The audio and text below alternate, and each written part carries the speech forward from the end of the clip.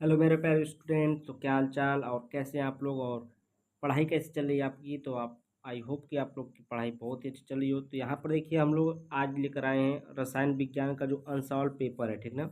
Unsolved paper देखिए मैं आपको कौन सा आज इसमें पढ़ाने वाला हूँ। तो देखिए मॉडल पेपर हल हो गया है। ये जो मॉडल पेपर है ये भी पूरा हल हो गया है, ठीक ना।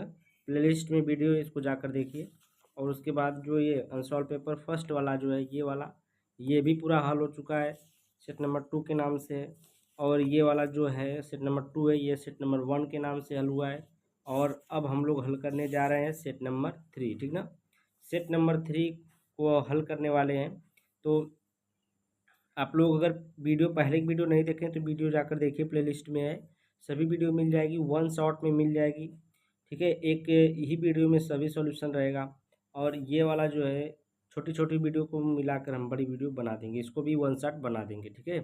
अभी जितना है उतना पहले देख लेते हैं, उसके बाद हम लोग आगे बढ़ेंगे। तो पीडीएफ लेने के लिए आप लोग संपर्क कर सकते हैं 7460012763 पर।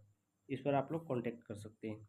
तो यहाँ पर देखिए पहला क्वेश्चन इसमें है, यहाँ पर हम लिख लिए हैं कि 180 ग्राम जल में मोलों की संख्या है। मोलों की संख्या क्या होगी 180 ग्राम जल में, ठीक है। तो इसमें आपको एक फार्मूला निकालना लगाना पड़ेगा।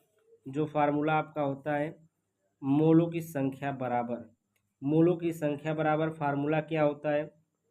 तो देखिए यन बराबर यन किसको मानते हैं, मोलों को मानते हैं। यन बराबर होता है मोलों की संख्या बराबर भार बटे अणु भार, यानी कि इस डब्लू बटे यम, ठीक ना। ये होता है भार बटे अणु भार, डब्लू बटे यम। अब देखिए भार कितना दिया है 180 ग्राम दिया है। कितना दिया है 180 ग्राम दिया है, तो 180 लिखेंगे बटे में। जल में है तो जल का अणु भार निकालेंगे तो H2O होता है ना, जल का H2O। अब यहाँ से हम लोग जब निकालेंगे तो H कितना है 2 है, प्लस O कितना है ऑक्सीजन है 16, 16 होता है अणु भार इसका। और दोनों को जोड़ेंगे तो कितना भार आएगा 18 आ जाएगा। तो 18 से इसमें भाग करेंगे तो 18 कम 18 बचा 0, यानी कि इसमें आ जाएगा आपका एन का संख्या 10। मोलों की संख्या कितनी आ गई आपकी 10 आ गई। तो ये आपका आंसर हो जाएगा ऑप्शन नंबर दूसरा, ठीक है। ऑप्शन नंबर दूसरा, अरे चौथा वाला आपका क्या हो जाएगा सही जवाब हो जाएगा। उसके बाद देखिए रो, यानी कि जो रो होता है ये पी पी की टाइप होता है रो की एस आई मात्रक, एस आई इकाई क्या है। जो रो होता है इसका एस आई इकाई क्या होता है, तो इसका आपका जो एस आई मात्रक होता है आपका ओम इंटू मीटर होता है। क्या होता है ओम इंटू मीटर होता है। ऑप्शन नंबर 1 वाला क्या हो जाएगा आपका सही जवाब हो जाएगा, ठीक है। आगे चलते हैं हम लोग, दूसरा क्वेश्चन है। दूसरा क्वेश्चन कर रहा है द्वितीय कोटि अभिक्रिया के वेग स्थिरांक की इकाई है। द्वितीय कोटि अभिक्रिया के वेग स्थिरांक की इकाई है। तो इसमें जो द्वितीय कोटि अभिक्रिया के वेग की स्थिरांक होता है, वेग स्थिरांक की इकाई जो होता है ये आपका litre into mole inverse into second inverse होता है। क्या होता है litre into mole inverse into second inverse होता है। तो ऑप्शन नंबर 1 वाला आपका सही जवाब हो जाएगा। उसके बाद देखिए हम लोग तीसरे वाले क्वेश्चन पर, चौथे वाले क्वेश्चन पर आते हैं। घ वाला क्वेश्चन है, कह रहा है CrC2O4 का थ्राइस है और -3 इस पर आयन लगे हुए हैं। तो आयन में Cr की समन्वय संख्या कितनी होगी। तो इसमें आपकी समन्वय संख्या जो है 3 आएगी, क्योंकि जितने लिगेंड इसमें जुड़े रहते हैं, ठीक ना। नंबर ऑफ लिगेंड समन्वय संख्या कहलाती है, ठीक है। नंबर ऑफ लिगेंड क्या कहलाती है समन्वय संख्या। तो ऑप्शन नंबर आपका तीसरा वाला क्या हो जाएगा सही जवाब हो जाएगा। उसके बाद देखिए ग्रिग्नार्ड अभिकर्मक जल से क्रिया करके, ग्रिग्नार्ड अभिकर्मक तथा जल की अभिक्रिया से क्या बनता है, ठीक ना। तो इसमें जब ग्रिग्नार्ड अभिकर्मक होता है जो जल के साथ अभिक्रिया करता है, तो इसका जो ये वाला बांड होता है ये वाला टूटता है, ठीक है। ये वाला बांड जो होता है यही वाला टूटता है, MgX रहता है। प्लस में H2O को होते H प्लस और OH माइनस में टूटता है ये। जब यह बनता है तो देखिए ये वाला यहाँ से ब्रेक होगा और ये वाला जो है ब्रेक हो ही गया है। तो इस पर जो आता है आपका निगेटिव चार्ज आता है और इस पर एक पॉजिटिव चार्ज आता है, ठीक है। तो ये वाला पॉजिटिव वाला जो होगा इसके साथ बनेगा और ये निगेटिव वाला इसके साथ बनेगा, ठीक है। तो क्या बनेगा यहाँ पर RH बनेगा, प्लस में आपका क्या बनेगा RH, फिर प्लस में आपका बन जाएगा ये MgOH बन जाएगा और X बन जाएगा, ठीक है।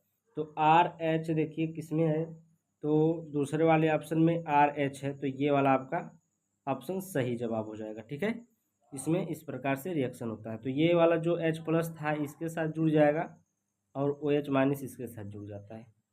ठीक है, यहाँ तक आपको समझ में आया। अब देखिए सेकेंडरी एमीन है। सेकेंडरी एमीन क्या है, देखिए HNH2 RNH2 RRNH2 RRRNH2 triple RNH2 NH है, NH नहीं है, ये NH है, ये यहाँ पर N नहीं है, तो H नहीं है, RRRN है। ठीक है, तो यहाँ पर जो सेकेंडरी एमीन आपका होगा वो RRNH होगा। ठीक है, क्योंकि जितने इसमें एल्कीन जुड़े रहेंगे, देखिए ये एक एल्कीन दो एल्कीन ग्रुप जुड़ा है तो ये सेकेंडरी एमीन होगा। अगर इसमें एक एल्कीन ग्रुप जुड़ा है तो ये प्राइमरी एमीन है।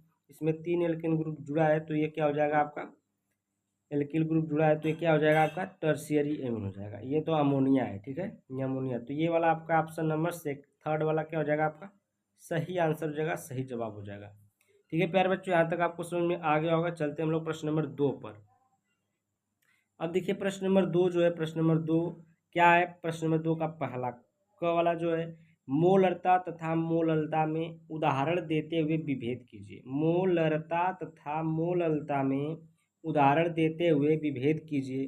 तो मोलरता पहला है, तो मोलरता में क्या है आपका, मोलरता किसे कहेंगे, देखिए जो मोलरता है आपका, मोलरता पहला, मोलरता में विलयन के आयन पर विचार करते हैं। जो विलयन का आयन होता है उस पर विचार करते हैं, और मोललता में द्रव्यमान पर विचार करते हैं। ठीक ना, तो मोललता में द्रव्यमान पर विचार करते हैं और मोलरता में आयन, जो आयन होते हैं विलयन के आयन पर विचार करते हैं। दूसरी पॉइंट है, मोलरता किसी विलयन के 1 लीटर में घुले विलेय पदार्थ की मोलों की संख्या है। ठीक है, विलेय पदार्थ में मोलों की क्या है संख्या है। ठीक है, मोलरता किसी विलयन के 1 लीटर में घुले विलेय पदार्थों की मोलों की संख्या है।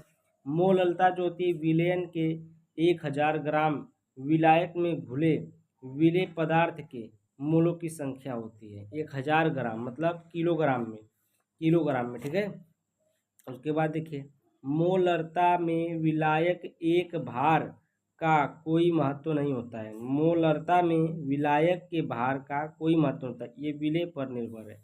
और ये मोललता में विलयन के आयतन का कोई महत्व नहीं होता, ये विलायक पर है। ठीक है, चौथी पॉइंट इसमें है, मोलरता तापक्रम पर निर्भर करती है। मोललता जो होती है तापक्रम के साथ परिवर्तित नहीं होती है। ये तापक्रम के साथ परिवर्तित हो सकती है लेकिन मोललता जो होती है परिवर्तित नहीं होगी ये, क्योंकि ये ताप पर निर्भर नहीं होती, ये ताप पर निर्भर होता है। इसे कैपिटल यम द्वारा प्रदर्शित करते हैं, इसे स्मॉल यम द्वारा प्रदर्शित, जो मोलरता होती है इसको किससे कैपिटल यम द्वारा प्रदर्शित करते हैं और इसको स्मॉल यम। इसमें आप 2 नंबर का एक क्वेश्चन है तो इसमें 2 पॉइंट ही आप लिख सकते हैं, लेकिन मैं इसको डिटेल में इसलिए लिखवाया हूँ कि अगर आपको कहीं काम पड़े तो आप लोग इसको पूरा लिखें। ठीक है, मतलब अगर कहीं 3-4 नंबर में पूछ दिया तब, तो इधर का अगर चीज़ नहीं दिखा होगा तो इसको देख लीजिएगा, आप लोग लिख लीजिएगा। उसके बाद हम लोग आगे चलते हैं। नेक्स्ट क्वेश्चन है, कह रहा है कि क्या फेरिक अम्ल, क्या फेरिक आयन जो होता है, कौन सा फेरिक आयन द्वारा ब्रोमाइड आयन का ब्रोमीन में ऑक्सीकरण संभव है। तो फेरिक आयन जो होता है Fe+3 या Fe+2 होता है, इसका जो मानक इलेक्ट्रोड विभव दिया है 0.771 वोल्ट दिया है, तथा जो ब्रोमीन आयन है इसका जो विभव दिया है मानक इलेक्ट्रोड विभव 1.09 वोल्ट दिया है। तो यहाँ पर देखिए मैं इसको लिखा भी हूँ कि ये संभव है कि नहीं, नहीं ऐसा संभव नहीं है। कोई भी अपचायक अपने से कम इलेक्ट्रोड विभव वाले ऑक्सीकारक के साथ अभिक्रिया कर सकता है, परंतु अधिक इलेक्ट्रोड विभव वाले ऑक्सीकारक के साथ अभिक्रिया नहीं कर सकता है, नहीं करता। स्पष्ट है कि जो आपका फेरिक है, फेरिक का इलेक्ट्रोड विभव और ब्रोमीन आयन से कम है। जो आपका फेरिक का इलेक्ट्रोड विभव है, देखिए यहाँ पर इसका इलेक्ट्रोड विभव कितना दिया है 0.771 वोल्ट है, लेकिन जो ब्रोमीन आयन है इसका इलेक्ट्रोड विभव 1.09 है, तो ये वाला ज़्यादा है। तो ये कम वाले इलेक्ट्रोड विभव से यह ऑक्सीकारक नहीं हो पाएगा, ऑक्सीकरण नहीं हो पाएगा। ठीक ना, तो ये असंभव है। उसके बाद देखिए नेक्स्ट क्वेश्चन पर हम लोग आते हैं। नेक्स्ट क्वेश्चन है, कह रहा है कि किसी अभिक्रिया के वेग स्थिरांक को समझाइए। किसी अभिक्रिया में अभिकारक की सांद्रता एकांक हो तो, या फिर इकाई कह सकते हैं या फिर एकांक कहिए, ठीक ना। एकांक मतलब ही इकाई होता है। एकांक हो तो उस अभिक्रिया का वेग स्थिरांक कहलाता है। इसे के से प्रदर्शित करते हैं। जो आपका वेग स्थिरांक होता है उसको किससे प्रदर्शित करते हैं? के से प्रदर्शित करते हैं। तो यहाँ तक आपको समझ में आया होगा प्रश्न नंबर ग तक। नेक्स्ट पेज पर चलते हैं हम लोग। देखिए क्वेश्चन नंबर घ वाला कह रहा है सीरियम, जिसका प्रतीक होता है Ce, सीरियम, ठीक ना। परमाणु क्रमांक 58 की +3 तथा +4 ऑक्सीकरण अवस्था अस्थायी क्यों होती है? तो यहाँ पर देखिए हम लिखे हैं, अगर हम लोग इसका इलेक्ट्रॉनिक विन्यास करते हैं 58 का, तो इसके अंत में देखिए क्या आ रहा है, 5s2 आता है, 5p2 5p6 6s2 आ रहा है, ठीक है। तो इसका इलेक्ट्रॉनिक विन्यास आप लोग शुरू से देख सकते हैं, यहाँ तक, यहाँ से यहाँ तक किए हैं। अब देखिए हम इसको समझाने की कोशिश करेंगे आपको। सीरियम में उपकोषों का ऊर्जा क्रम 4f जो आपका है, ठीक ना, 4f, और ये >5d होता है, ठीक ना। 4f 5d होता है, जिसके कारण 4f उपकोष में 2 इलेक्ट्रॉन होते हैं, जो क्रमशः एक एक करके मुक्त होकर 6s के 2 इलेक्ट्रॉनों के साथ +3 व +4 ऑक्सीकरण अवस्थाएं व्यक्त करते हैं, जो अस्थायी होती है। तो आपका जो इसमें 4f दिखाया नहीं गया है, क्योंकि जो 4f है, देखिए यहाँ पर 4f कोष में 2 इलेक्ट्रॉन जो होते हैं, जो क्रम से एक एक करके मुक्त होकर 6s में, देखिए यहाँ पर 6s में के 2 इलेक्ट्रॉनों के साथ क्या करते हैं, +3 और +4 का आपका ये ऑक्सीकरण अवस्थाएं व्यक्त करते हैं, ठीक है। इसलिए इसमें 4f आपको कहीं दिखाई नहीं दे रहा है, 4s 4p 4d 4s आ गया है, ठीक है। यहाँ पर नहीं, यही है 4f, ये आपका है 4f, ठीक है। 4f, ये जो 4f है, इसका 2 इलेक्ट्रॉन और इसका 2 इलेक्ट्रॉन मिल करके +4 बनाता है, और अगर इसमें एक इलेक्ट्रॉन मिलेगा तो ये +3 बनाएगा, तो ये +3 इलेक्ट्रॉन बनाएगा और +4 ऑक्सीकरण बनाएगा। इसलिए क्या होती है, जो अस्थायी होते हैं, ठीक ना, ये क्या होते हैं, +3 और +4 जो भी ऑक्सीकरण अवस्था प्रदर्शित करते हैं, ये क्या होते हैं, अस्थायी होते हैं, ठीक है। यहाँ तक आपको समझ में आया होगा। आगे हम लोग चलते हैं नेक्स्ट क्वेश्चन पर। तो देखिए क्वेश्चन नंबर 3 का कह रहा है कि समन्वय संख्या को एक उदाहरण द्वारा स्पष्ट कीजिए। जो समन्वय संख्या होती है उसको एक उदाहरण द्वारा क्या करना है, स्पष्ट करना है। तो समन्वय किसी परमाणु या आयन की निकटतम दूरी पर स्थित परमाणु या विपरीत आवेशित आयनों की कुल संख्या समन्वय संख्या कहलाती है। तो यहाँ पर देखिए, समन्वय किसी परमाणु या आयन की निकटतम दूरी पर स्थित परमाणु या विपरीत आवेशित आयनों की कुल संख्या समन्वय संख्या कहलाती है। तो यहाँ पर देखिए, जैसे मेथेन है, मेथेन CH4 होता है ना, तो इसमें देखिए कितना परमाणु जुड़े हुए हैं। तो कार्बन से आपका देखिए 1 2 3 4 चार परमाणु जुड़े हुए हैं, 1 2 3 4 परमाणु जुड़े हुए हैं।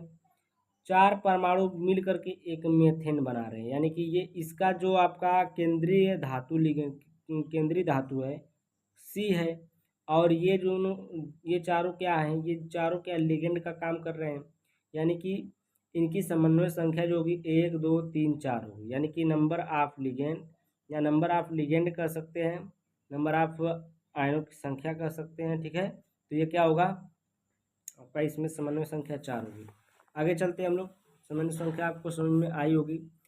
और देखिए, प्राथमिक द्वितीयक तथा तृतीयक बेंजीन, ये प्रश्न नंबर 3 था, प्रश्न नंबर 3 का क, ये प्रश्न नंबर 3 का ख है।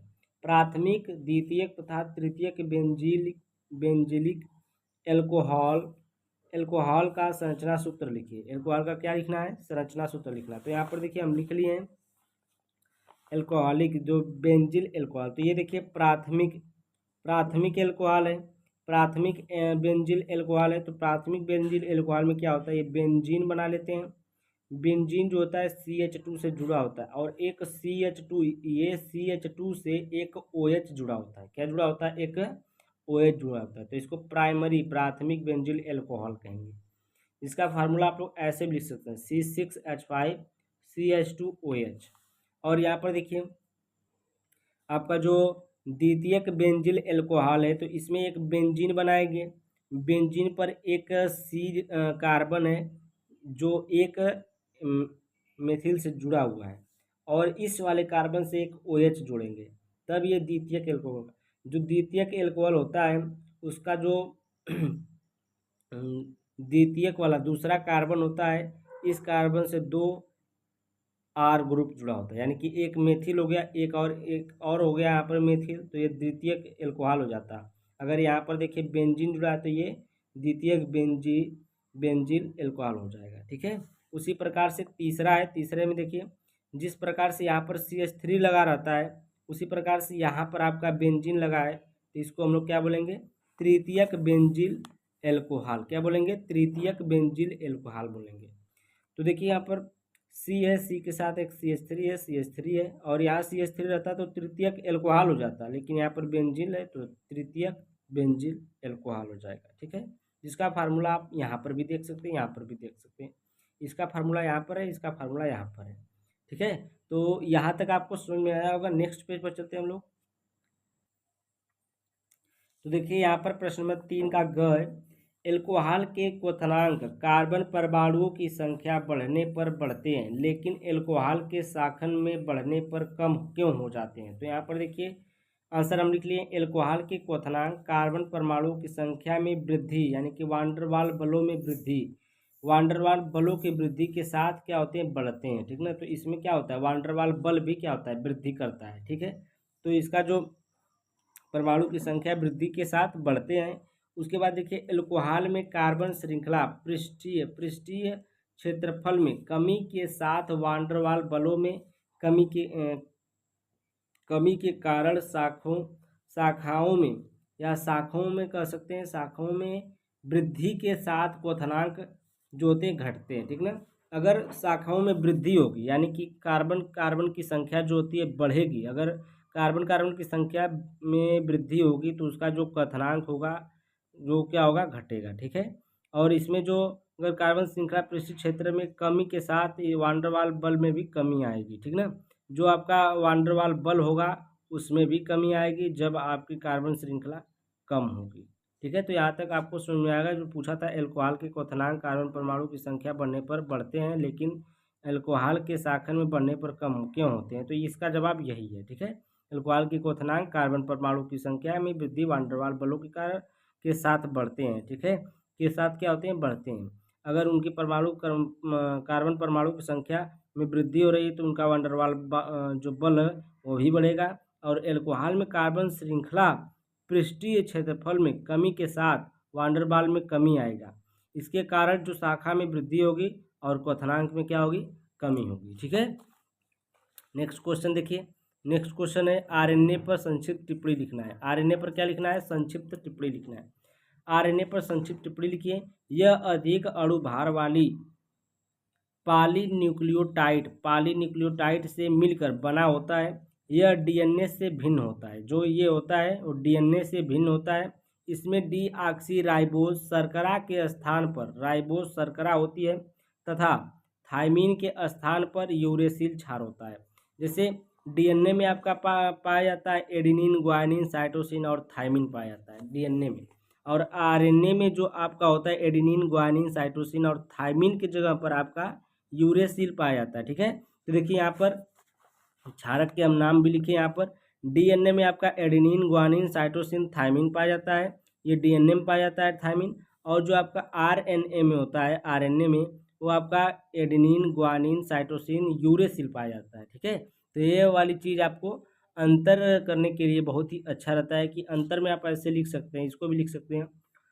और डीएनए में डीऑक्सीराइबोज न्यूक्लिक अम्ल पाया जाता है और जो आपका आरएनए में राइबोज न्यूक्लिक अम्ल पाया जाता है, ठीक है। हेलो एरिन में इलेक्ट्रॉन राखी प्रतिस्थापन अभिक्रिया वाला जो है आपका सेट नंबर 2 प्रश्न नंबर 6 का अथवा देखिए, ठीक ना। तो यहाँ पर देखिए आपका सेट नंबर 2 अगर मेरे हिसाब से पढ़े होंगे इस वाले जैसे मैं पढ़ा रहा हूँ इस हिसाब से, तो आपका सेट नंबर 2 जो होगा वो फर्स्ट वाला होगा, ठीक ना। यानी कि इसमें का जो फर्स्ट वाला है वो वाला सेट नंबर 2 का, देखिए मैं आपको दिखा दूँ क्वेश्चन को। ये देखिए मैं जो पढ़ाया तो सेट नंबर 2, ये जो पहला वाला है ये देखिए सेट नंबर 2 इसको बनाकर पढ़ाया हूँ, ठीक है। क्योंकि जो सेट नंबर 2 था उसको पहला बना दिया हूँ एक, यानी कि पहले उसको हल किया तब इसको हल किया हूँ, क्योंकि बुक नहीं आई थी, ठीक है। तो इसमें आपको कौन सा देखना है, सेट नंबर प्रश्न नंबर 6 का क का अथवा देखना है। तो यहाँ पर देखिए प्रश्न नंबर 6 का क है और क का अथवा देखिए वही इलेक्ट्रॉन आगे प्रतिस्थापन अभिक्रिया क्या है, यही आपका ये देखिए एग्जाम्पल भी दिया है क्लोरोबेंजीन के हैलोजन और नाइट्रीकरण तथा सल्फोनेशन इलेक्ट्रॉन आगे प्रतिस्थापन अभिक्रिया रासायनिक सहित समझाइए। तो इसमें भी वही चीज है, इसमें भी वही चीज है, ठीक है। तो आप लोग इस क्वेश्चन को देख सकते हैं, अभी मैं आपको दिखा दे रहा हूँ 1 मिनट के लिए। तो ये रहा आपका ये क्वेश्चन, देखिए इलेक्ट्रॉन रागी प्रतिस्थापन अभिक्रिया क्या है, क्लोरोबेंजीन के हैलोजन नाइट्रीकरण तथा सल्फोनेशन की इलेक्ट्रॉन रागी प्रतिस्थापन अभिक्रिया रासायनिक सहित समझाइए। जो देखिए इलेक्ट्रॉन रागी प्रतिस्थापन अभिक्रिया है क्लोरोबेंजीन के साथ, ये देखिए इसका अनुनाद हुआ है, अनुनाद हुआ इलेक्ट्रॉन से यहाँ पर बांड बना, बांड उठा, यहाँ पर माइनस चार्ज हुआ, यहाँ से भी बांड बना तो यहाँ पर माइनस चार्ज आएगा। अब यहाँ से जब यहाँ पर बांड उठेगा तो यहाँ पर इस प्रकार से आपको समझ लेना है इसको, नहीं तो ये वाली वीडियो जाकर देख लेना है, ठीक है। तो आपको मैं ये कुछ नहीं बस आपको दिखाने के लिए इसको लाया हूँ, तो ये आपका पूरा हो जाएगा। ये देखिए हाइड्रोजनल है, क्लोरोबेंजीन से क्लोरीन क्रिया करेगा तो ये क्या बनेगा, पैरा पर आपका क्लोरोबेंजीन डाई क्लोरोबेंजीन बनेगा, ठीक ना। तो नाइट्रीकरण कराएंगे तो ये आपका पैरा नाइट्रोबेंजीन बनेगा, या फिर अगर हम लोग इसको सांद्र सल्फ्यूरिक अम्ल ले लेंगे तो यहाँ पर आपका ये पिक्रिक अम्ल बन जाता है। सल्फोनेशन देख लीजिए, ये इसका था, ठीक है। ये आपका प्रश्न नंबर 4 का क था, ठीक है, इसमें का। अब हम चलते हैं आगे। अब देखिए ये है आपका प्रश्न नंबर 4 का ख, हेलो एल्केन के विलोपन अभिक्रिया तथा प्रतिस्थापन अभिक्रिया में उदाहरण द्वारा अंतर स्पष्ट कीजिए। विलोपन अभिक्रिया, देखिए विलोपन अभिक्रिया क्या है, जब किसी एक ही अणु से 2 परमाणु या समूह निकल जाते हैं तो यह अभिक्रिया विलोपन अभिक्रिया कहलाती है। अगर किसी किसी अणु से 2 परमाणु अगर वहां से निकल गए, उस समूह से 2 समूह निकल जा रहे हैं परमाणु के, तो उस अभिक्रिया को हम लोग क्या बोलेंगे, विलोपन अभिक्रिया बोलेंगे। जैसे यहाँ पर देखिए उदाहरण में एल्किल हैलाइड से, जैसे यहाँ पर देखिए एल्किल हैलाइड से एल्किल का बनना, एल्किल हैलाइड से किसका बनना, एल्किल का बनना। तो एग्जांपल यहाँ पर लिखिए हम लोग, देखिए ये है आपका एल्किल हैलाइड CH3 CH2, इसमें हाइड्रोजन परिवार जुड़ा है तो इसको बोलेंगे एल्किल हैलाइड। अब यहाँ पर देखिए KOH एल्कोहलिक KOH से हम लोग इसका रिएक्शन कराएंगे। तो जब हम लोग इसका रिएक्शन कराते हैं तो जो आपका Cl है ये K के साथ रिएक्शन कर लेता है, ठीक है। इसमें एक अणु निकला और यहाँ से एक हाइड्रोजन निकलेगा। एक हाइड्रोजन जब यहाँ से निकलेगा तो यहाँ पर क्या बनेगा, डबल बॉन्ड बनेगा। क्या बनेगा, यहाँ पर डबल बॉन्ड बनेगा। तो यहाँ से देखिए एक हाइड्रोजन एक क्लोरीन निकला तो यहाँ पर डबल बॉन्ड बना, और जो हाइड्रोजन निकला है वो के साथ KCl बना लिया, और जो यहाँ पर जो Cl निकला है वो KCl बना लिया, और जो हाइड्रोजन निकला OH के साथ H2O बना लिया, ठीक है। तो ये यहाँ से आपका 2 परमाणु निकले हैं, एक अणु से 2 परमाणु निकल करके ये विलोपन अभिक्रिया का एग्जाम्पल बना। अब आगे चलते हैं नेक्स्ट पेज पर। अब देखिए प्रतिस्थापन अभिक्रिया। प्रतिस्थापन अभिक्रिया क्या है, अणुओं के बीच होने वाली इस अभिक्रिया में एक परमाणु या एक परमाणुओं का समूह मूल अणु में मौजूद परमाणु को हटा देता है, प्रतिस्थापित कर देता है। जैसे यहाँ पर देखिए क्या होता है कि यहाँ पर कोई परमाणु अगर किसी से रिएक्शन किया हुआ है तो वह अगर कोई नया परमाणु आ रहा है, वो अगर वह ज़्यादा शक्तिशाली है उससे, तो उस जो वहाँ पर परमाणु कम शक्तिशाली बैठा हुआ है उसको हटा करके अपना जगह ले लेगा वहाँ पर, ठीक है। तो वहाँ पर क्या हो जाएगा, वो प्रतिस्थापित हो जाएगा। तो वहाँ पर जब उसको प्रतिस्थापित कर देता है तो यह प्रतिस्थापन अभिक्रिया कहलाती है। जैसे हाइड्रोजन परमाणु को हटाकर अलग परमाणु लगाया जा सकता है। प्रतिस्थापन अभिक्रिया 2 तरह की होती है, न्यूक्लियोफिलिक और इलेक्ट्रोफिलिक, ठीक ना। इलेक्ट्रोफिलिक और न्यूक्लियोफिलिक 2 प्रकार की ये आपकी प्रतिस्थापन अभिक्रिया होती है। यहाँ पर देखिए अगला क्वेश्चन है प्रश्न नंबर 4 का ग है, फिनाल को निम्नलिखित से प्राप्त करने की क्रिया का रासायनिक समीकरण लिखिए।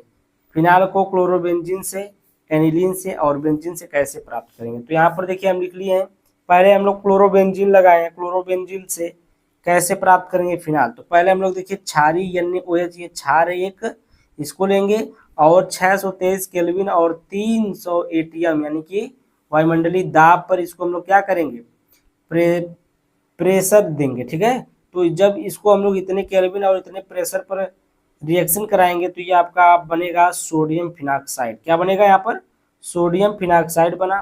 फिर एक बार इसका NaCl और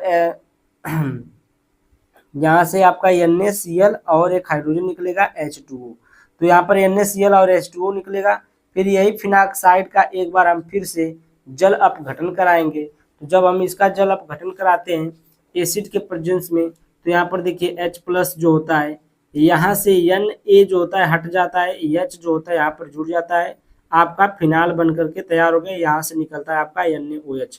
जो आपका जल होता है OH और H+ में टूटता है, तो H+ जो रहेगा हाइड्रोजन के साथ जुड़ेगा तो OH हो जाएगा, और जो OH है वो Na के साथ क्षार जो आप यहाँ पर लगाए थे वही क्षार निकल जाएगा।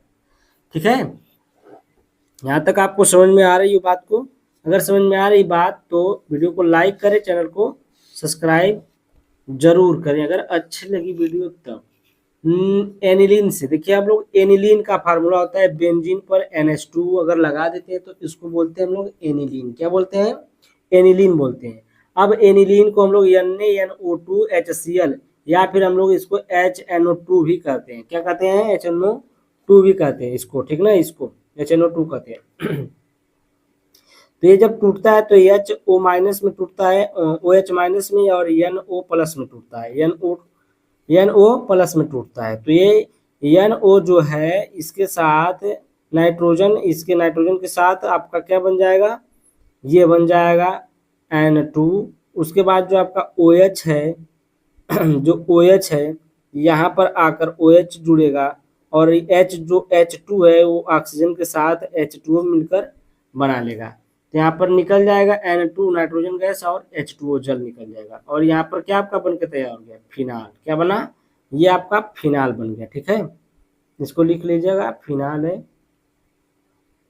भूलिएगा मत ये रिएक्शन। ठीक है, बेंजीन से आप कैसे प्राप्त करेंगे, देखिए यहाँ पर बेंजीन से कैसे प्राप्त करेंगे। तो यहाँ पर हम लोग बेंजीन ले लिए, सिंपल बेंजीन है ये। बेंजीन को हम लोग क्लोरीन से रिएक्शन कराएंगे, और जब क्लोरीन से रिएक्शन करेंगे तो एक क्लोरीन यहाँ पर आकर जुड़ेगा, और जो यहाँ से हाइड्रोजन हटेगा एक क्लोरीन के साथ HCl निकालेगा।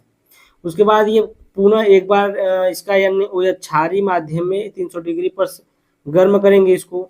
जब इसको 300 डिग्री पर गर्म करेंगे तो यहाँ पर जो Cl है Na के साथ NaCl बन जाएगा, नमक और OH जो बचेगा इसी की जगह पर आकर बैठ जाएगा। तो ये हो जाएगा आपका फिनाल, यहाँ पर भी बन के तैयार हो गया। ठीक है, तो यहाँ पर भी आपका फिनाल बन गया। आई होप कि आप लोगों को यह तीनों रिएक्शन समझ में आई हो। हम लोग आगे चलते हैं नेक्स्ट पेज पर। अब देखिए प्रश्न नंबर 4 का घ है, कह रहा है निम्नलिखित अभिक्रियाओं के रासायनिक समीकरण लिखिए। रोजनमुंड अपचयन, देखिए जाइलीन में एसिड क्लोराइड के उबलते विलयन में उत्प्रेरक की उपस्थिति में हाइड्रोजन गैस प्रवाहित करने पर एल्डिहाइड बनता है। उत्प्रेरक बेरियम सल्फेट में निलंबित पैलेडियम चूर्ण होता है। जो आपका उत्प्रेरक होता है ये बेरियम सल्फाइड में निलंबित क्या होता है, पैलेडियम चूर्ण होता है। तो देखिए यहाँ पर हम लोग ने RCOCl लिए, और यहाँ पर क्या है, इसको बोलते हैं जाइलिम एसिड क्लोराइड, और ये आपका हाइड्रोजन गैस लिए, और ये PDBaSO4 ये निलंबित पैलेडियम चूर्ण है। और यहाँ पर जब हम रिएक्शन इसके अंदर कराते हैं तो RCHO बनता है। क्या बनता है, RCHO यानी कि एल्डिहाइड बनता है, प्लस में HCl निकलता है। ये आपका रोजनमुंड अभिक्रिया है। रोजनमुंड अभिक्रिया आपका बहुत इंपॉर्टेंट है क्योंकि यह क्वेश्चन आ सकता है। ठीक है, दूसरा है स्टीफेन अभिक्रिया। स्टीफेन अभिक्रिया भी इम्पोर्टेंट है। जितने अभिक्रिया इम्पोर्टेंट है, जो भी नेम रिएक्शन है, जितने भी आपका इम्पोर्टेंट चीज़ है, हम एक वीडियोस में बना दिए हैं। 20-25 मिनट की वीडियो है, उसको आप लोग देख लीजिएगा। लिंक हम डिस्क्रिप्शन में दे देंगे। शुरू से लेकर अंत तक जितना इम्पोर्टेंट चीज़ है, नियम है, परीक्षण है, अभिक्रिया है, या फिर कोई भी चीज़ है, अंतर वाला क्वेश्चन है, सब कुछ उसमें है। यहाँ पर देखिए स्टीफेन अभिक्रिया क्या है। एल्किल साइनाइड को ईथर या एथिल एसीटेट में विलय कर उसका SnCl2 व HCl द्वारा अपचयन करके माप आसवन करने पर एल्डिहाइड प्राप्त होता है। यह स्टीफेन अभिक्रिया कहलाती है। ठीक ना। एल्किल साइनाइड को ईथर या एथिल एसीटेट में विलय कर लेते हैं, वो भी इसमें। ठीक ना। इसके द्वारा अपचय SnCl2 व HCl द्वारा अपचयन करके माप आसवन भाप आसवन करने पर क्या करने पर भाप आसवन करने पर एल्डिहाइड प्राप्त होता है। इसे यह स्टीफेन अभिक्रिया कहलाती है। जैसे यहाँ पर एग्जांपल हम लोग लिए हैं, देखिए RCN है +2H है, HCl है, SnCl2 HCl की उपस्थिति है, या ईथर भी यहाँ पर ले सकते हैं आप लोग, और RCH डबल बॉन्ड NH और ये HCl। ठीक ना। यहाँ पर अभी इसमें जुड़ा हुआ है HCl, अभी यहाँ से हम लोग निकालेंगे तो HCl बाहर आ जाएगा सब कुछ। देखिए RCH double bond NH HCl plus H2 जल अपघटन कराएंगे इसका। जब इसका जल अपघटन कराएंगे तो आपका एल्डिहाइड बन जाएगा, और यहाँ पर अमोनियम क्लोराइड बन जाएगा, नौसादर बन जाएगा। क्या बन जाएगा? यहाँ पर नौसादर बन जाएगा। आगे चलते हैं हम लोग। देखिए गटरमान कोच अभिक्रिया। गटरमान कोच अभिक्रिया क्या है? निर्जल AlCl3 की उपस्थिति में बेंजीन की क्रिया CO प्लस HCl के मिश्रण से कराई जाती है तो बेंजल्डिहाइड प्राप्त होता है। क्या इसमें प्राप्त होता है? बेंजल्डिहाइड प्राप्त होता है। तो देखिए बेंजीन की क्रिया CO HCl की उपस्थिति में करा रहे हैं, निर्जल AlCl की उपस्थिति में इसका रिएक्शन होता है। अब आपका जो CHO होगा, ये H और CO, ये CHO जो होगा यहाँ पर आपका बेंजीन पर आकर जुड़ जाएगा तो ये आपका बेंजल्डिहाइड बन जाएगा। क्या बन जाएगा? बेंजल्डिहाइड बन जाएगा। या फिर ऐसे भी आप लिख सकते हैं, इसको HCOCl भी लिख सकते हैं। इसको क्या लिख सकते हैं? HCOCl, निर्जल AlCl3, फार्मिक क्लोराइड इसको बोलते हैं। क्या बोलते हैं? फार्मिक क्लोराइड बोलते हैं। तब भी आपका वही बनेगा, HCl बाहर निकलेगा। ठीक है। आगे चलते हैं नेक्स्ट पेज पर। यह आपका क्वेश्चन है, प्रश्न नंबर 5 का क है। बोला है मोलर चालकता को समझाइए। 0.02 मोल लीटर इनवर्स KCl विलयन से भरे सेल का प्रतिरोध 480 ओम है। विलयन की मोलर चालकता परिकलित कीजिए। सेल स्थिरांक दिया 1.29 सेंटीमीटर इनवर्स। मोलर चालकता देखिए, अगर आपको ये मोलर चालकता समझाना है परिभाषा, तो परिभाषा आप लोग लिख सकते हैं मोलर चालकता के सेट नंबर 347 FZ में प्रश्न नंबर 4 का ख वाला है। ठीक है। प्रश्न नंबर 4 का ख है, क्वेश्चन हम करा दे रहे हैं, आप लोग उसको देख लीजिएगा। ठीक है। हम क्वेश्चन करा दे रहे हैं, इसको जो ये दिया है क्वेश्चन। अब इसमें देखिए m बराबर दिया है 0.02 मोल प्रति लीटर, और R आपका प्रतिरोध दिया है 480 ओम। G का मान दिया आपका 1.29 सेंटीमीटर। सेल स्थिरांक जो आपका दिया है G स्टार कहिए या फिर G नॉट कह सकते हैं। G स्टार का मान दिया है 1.29 सेंटीमीटर इनवर्स। उसके बाद K बराबर आपका फार्मूला देखिए क्या होता है। K बराबर फार्मूला ये वाला होता है। ठीक है ना। K बराबर फार्मूला होता है G into G star. G into G star, ये फार्मूला आपको पता होना चाहिए। और G बराबर जो होता है 1/, प्रतिरोध होता है 1/, प्रतिरोध। तो यहाँ पर आपका जब हम लोग मान रखेंगे ये G स्टार का मान, G बराबर यहाँ पर रखेंगे जब इसका मान, तो हो जाएगा 180 1/480 गुणे में G स्टार का मान कितना है? 1.29 सेंटीमीटर इनवर्स। तो इसका जब यहाँ पर मल्टीप्लाई होगा तो यहाँ पर देखिए कुछ नहीं होगा, 1.29 आ जाएगा। तो 1.29/480। अभी देखिए फार्मूला होता है लैम्डा एम। मोलर चालकता का फार्मूला होता है लैम्डा एम बराबर 1000 गुणे के, परावैद्युतांक नियतांक है ये, और बटे में ये यम है आपका। ठीक ना, मोलर। और यहाँ पर देखिए 1000 गुणे ये जी का मान जितना आया था ये मान यहाँ पर रख देंगे, और ये क्या हो जाएगा आपका के का मान, ये के का मान कितना आया था? इतना आया था। ये पूरा के का मान है। के का मान ये जब के बराबर इतना है तो इसका मान जब रखेंगे तो के बराबर इतना पूरा रखेंगे। ठीक है। तो 1.29 बटे में 480, और यम का मान जो आपका है 0.02, तो 0.02। ठीक है। यहाँ पर आपको समझ में आ गया होगा यहाँ तक। अब हम लोग इसको गुणा करेंगे तो आपका इतना मिलेगा, और इसमें गुणा करेंगे तो इतना मिलेगा। गुणा करके आप लोग मोबाइल से देख लीजिएगा। ठीक है। हम इतना गुणा करके लाए हैं। अब इसको जब हल किया जाएगा, इसमें जब भाग दिया जाएगा तो 134.1 379 ohm inverse centimetre square mole inverse आएगा आंसर। ठीक है, आंसर आप लोग मिला लीजिएगा, यही आंसर है। उसके बाद क्वेश्चन नंबर आपका आता है प्रथम कोटि की अभिक्रिया को समझाइए। प्रथम कोटि की एक अभिक्रिया के लिए वेग स्थिरांक k का मान 5.5 × 10⁻14 सेकेंड इनवर्स है। अभिक्रिया के अर्ध आयु काल की गणना कीजिए। प्रथम कोटि की अभिक्रिया, प्रथम कोटि की अभिक्रिया का परिभाषा तो आप लोग लिख ही लेंगे या फिर हम दिखा देना। देखिए सेट नंबर जो आपका है कोड 347 FZ में प्रश्न 4 का ग देखें। अभी हम दिखा दे रहे हैं आपको प्रश्न नंबर 4 का ग। तो ये देखिए है आपका प्रथम कोटि की अभिक्रिया से आप क्या समझते हैं। प्रश्न नंबर 4 का ग है, एक प्रथम कोटि की अभिक्रिया के लिए प्रारंभिक सांद्रता इतना दिए, सवाल दिया है। और प्रथम कोटि की अभिक्रिया किसे कहते हैं? देखिए वह अभिक्रिया जिसकी दर एक अभिकारक की सांद्रता की प्रथम घात के समानुपाती होती है, प्रथम कोटि की अभिक्रिया कहलाती है।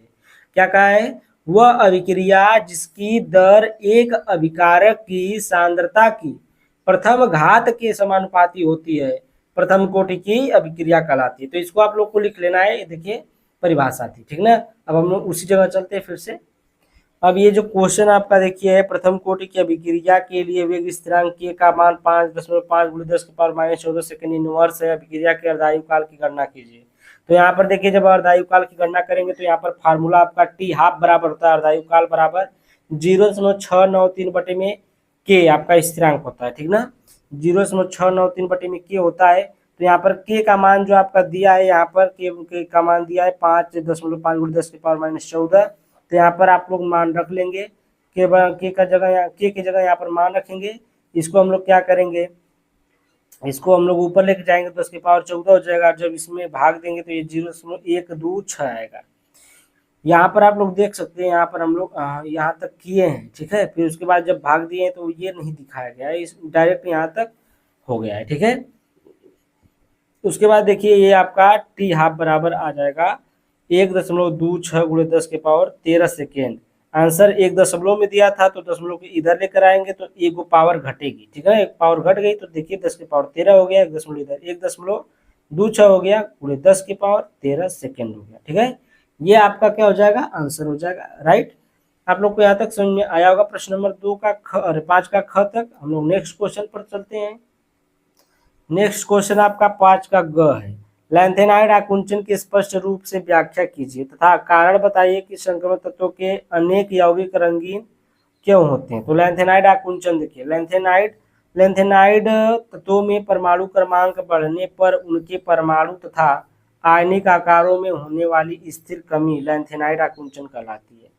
जब लैंथेनाइड का परमाणु क्रमांक बढ़ता है तो उनके परमाणु तथा आयनिक आकारों में जो होने वाली स्थिर कमी होती है उसी को हम लोग लैंथेनाइड आकुंचन कहते हैं, ठीक ना। लैंथेनाइड आकुंचन का कारण लैंथेनाइड श्रेणी में एक तत्व से दूसरे तत्व तक जाने पर नाभिकीय आवेश एक इकाई बढ़ता है तथा एक इलेक्ट्रॉन जुड़ता है, ठीक है। जो नाभिकीय आवेश होता है वह क्या करता है, एक बढ़ जाता है, और जो आपका इलेक्ट्रॉन होता है वो क्या करता है, एक जुड़ जाता है, ठीक है। आगे संक्रमण तत्व के यौगिक रंगीन क्यों होते हैं। अब देखिए जो संक्रमण तत्वों के यौगिक रंगीन होते हैं क्योंकि इनमें मौजूद अयुग्मित इलेक्ट्रॉन दृश्य प्रकाश की ऊर्जा को अवशोषित करते हैं। जो आपके देखने योग्य प्रकाश की ऊर्जा होती है उनको क्या करते हैं, अवशोषित करते हैं। इस वजह से ये इलेक्ट्रॉन उच्च ऊर्जा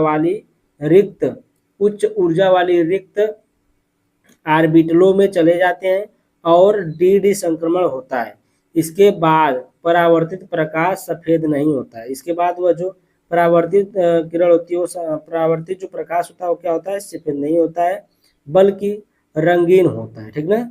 और इसका एक देखिए संक्रमण तत्वों में रिक्त डी कक्षक होते हैं, इसलिए क्या होता है, रंगीन होता है। संक्रमण तत्वों में आपका जो आयनों की संख्या होती है वो भी बदलती रहती है, ठीक ना। यहाँ पर लिख लीजिएगा, संक्रमण तत्वों में आयनों की संख्या चेंज होती रहती है, परिवर्तित होती है। उसके बाद देखिए आपका प्रश्न नंबर 5 का घ है। तो प्रश्न नंबर 5 का घ भी मैं उसी तरह से आपको बता दिया हूँ। देखिए उप संयोजन यौगिकों में संयोजकता आबंध सिद्धांत VBT को समझाइए। तो set number 2 code number 347 GA, यहाँ पर मैं लिखा हूँ कोड देख लीजिए 347 GA। अगर हमसे पढ़ेंगे तो सेट नंबर 2 ये जो है आपका 347 GA का प्रश्न 6 का क देखें, ठीक ना, प्रश्न नंबर 6 का क देखें। अभी हम आपको इस क्वेश्चन को दिखा देंगे, उसके बाद ये वीडियो इसी क्वेश्चन तक रहेगा, ठीक है। प्रश्न नंबर 5 का घ तक, 6वां 7वां नेक्स्ट वीडियो में आएगा क्योंकि वीडियो बड़ी हो जाएगी। तो यहाँ पर सेट नंबर 2 कोड 347 GA का प्रश्न नंबर 6 का क देखने हम लोग चलते हैं।